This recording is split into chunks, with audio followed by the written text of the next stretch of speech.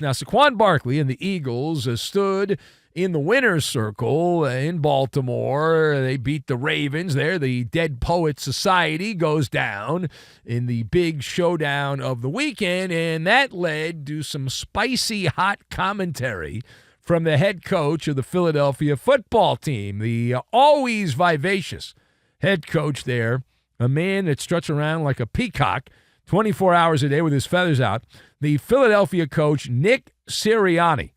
He sounded off on the skepticism that his team has received, despite now having a 10-2 record. To get to the point, if you didn't see this and maybe you missed it, he was upset if you missed it. Sirianni complained that the panic from the outside, as he called it. He said there was panic from the outside early in the year. He questioned the, quote, overreaction of NFL media. He then doubled down on that. The Eagles coach said it was a crazy overreaction. The Birds coach went on to state, we also make it a key, he said, not to listen when people are telling us how blank we are or how good we are. Sirianni opined, we don't listen. He says, just try to get better week after week. And then he ranted about the scheme, and he said people get so worked up in the media, he implied here, about the scheme because it's easy to look at, he said. And he said, ultimately, the most important thing is in football is about tackling. Okay, thank you.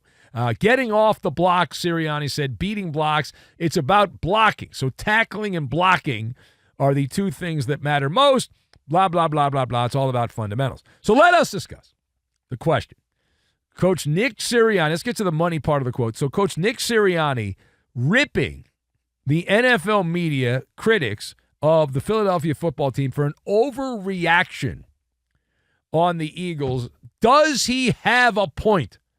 So I've got The Muppet Show, Leonardo da Vinci, and Back Scratcher.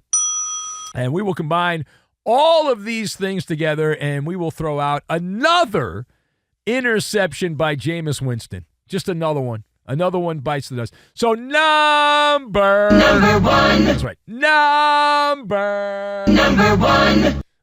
Now, Sirianni has a point. It's just a dull point. It's not a good point. It's a point, but it's not a pointy point. You know what I mean? Like there's a pointy point, and then there's a dull point, and his point would be a dull point, and I am the expert at the point. So I know a good point when I hear one, and I know a crappy point, and it was a dull point. Nick Sirianni, as we have discussed many times, talk about this cat. He pumps his chest out. He's doing a premature victory lap. Now, the Eagles have won 8 games in a row, and here's the point.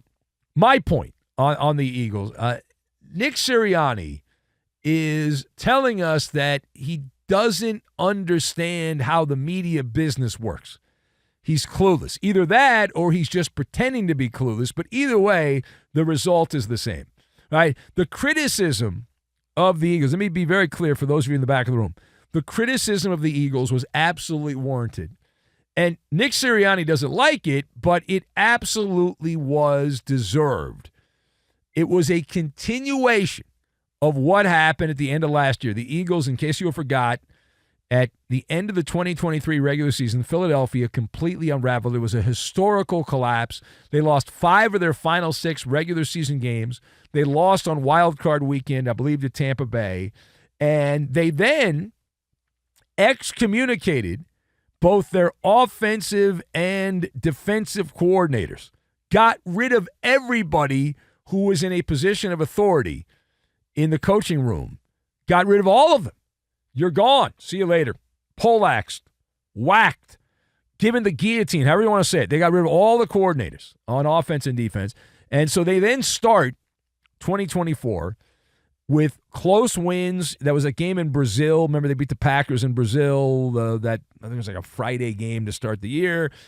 Then there was the win where it was a fugazi win against the Saints. They also lost to the Falcons, if I remember correctly, at home, and lost to the Buccaneers. So they were 2-2 after 4 weeks in the NFL season.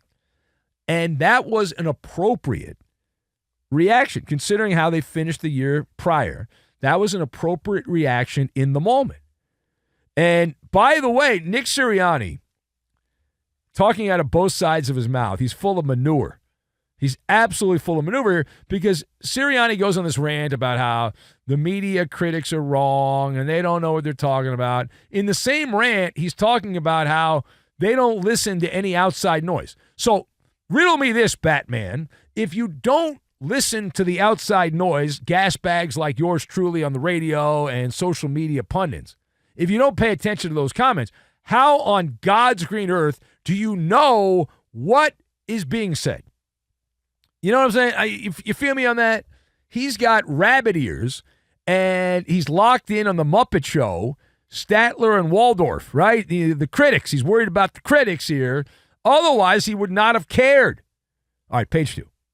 So we move now to the other side of that battle of the birds, the Eagles and the Ravens, the Dead Poet Society. How would you describe the job security of wide receiver Deontay Johnson and his tenure with the Ravens?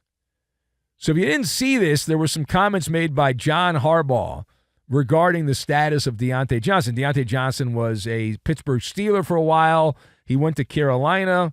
He was acquired before the trade deadline by the Baltimore football team. And I would describe Deontay Johnson's job security like a Leonardo da Vinci painting, The Last Supper, because it appears he's already had The Last Supper. John Harbaugh refused to confirm that he anticipates Deontay Johnson will be on the Ravens roster after their upcoming Week 14 bye week.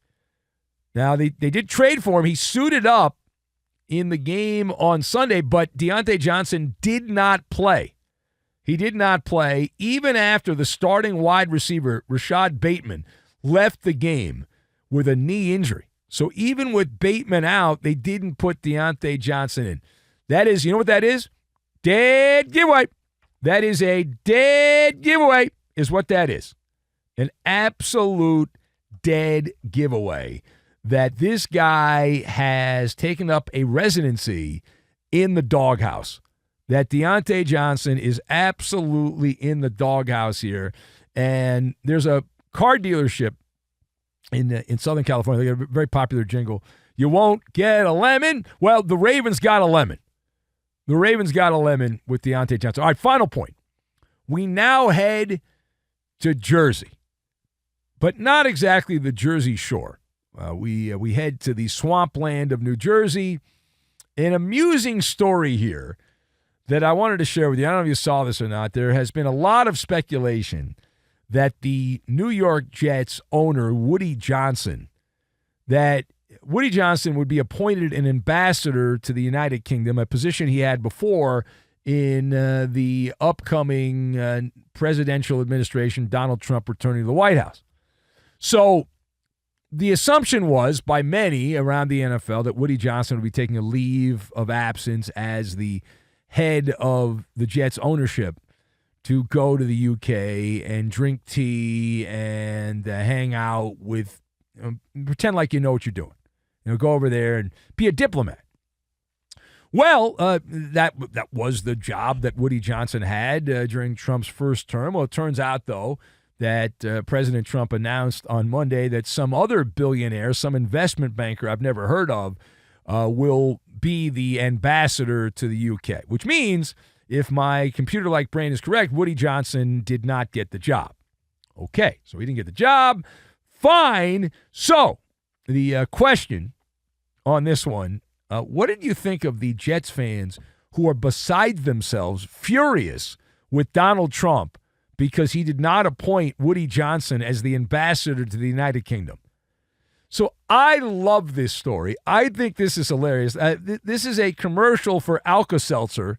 Being a Jets fan and being passionate, being fanatical for the Jets, in and of itself is a commercial for Alka-Seltzer. But you've got Jets backers right now the people that had convinced themselves that Woody Johnson was going to, just had to put up for the rest of the year, and then when Trump takes over in 2024 or 2025 rather as the president, that January 20th that this will all change and Woody Johnson will be out as the Jets owner for at least a few years. Somebody else will be running the team, one of his relatives, whatever. So now you've got Jets fans who convinced themselves of that, who are suffering from anxiety. They've got heartburn. They've got heart palpitations. They're shivering. They're like, oh, my God, I can't believe we got hornswoggled. We got hornswoggled. And the other thought I had was Woody Johnson clearly needs a better back scratcher. Because if you don't know this, with any presidential administration, this is not a political show, obviously, but the way it works is you donate money to a political candidate and you scratch their back, and then if they win the election, they give you essentially a no-show job, like ambassador to the United Kingdom, right? Like just a nothing job, and you show up there, and then that's your payout. So Woody Johnson clearly needs a better back scratcher because I guess he didn't write big enough checks to get that job. Now we are being told that it's possible that Woody Johnson, the Jets owner, could wind up an ambassador to some other country. You can spin the globe. There's a bunch. And or will have some other job in the administration, which would cause him to leave day-to-day operations with the Jets. I know the Jets fans are freaking out about that. Like, that's got to happen. We got it. We need that to happen. It must happen.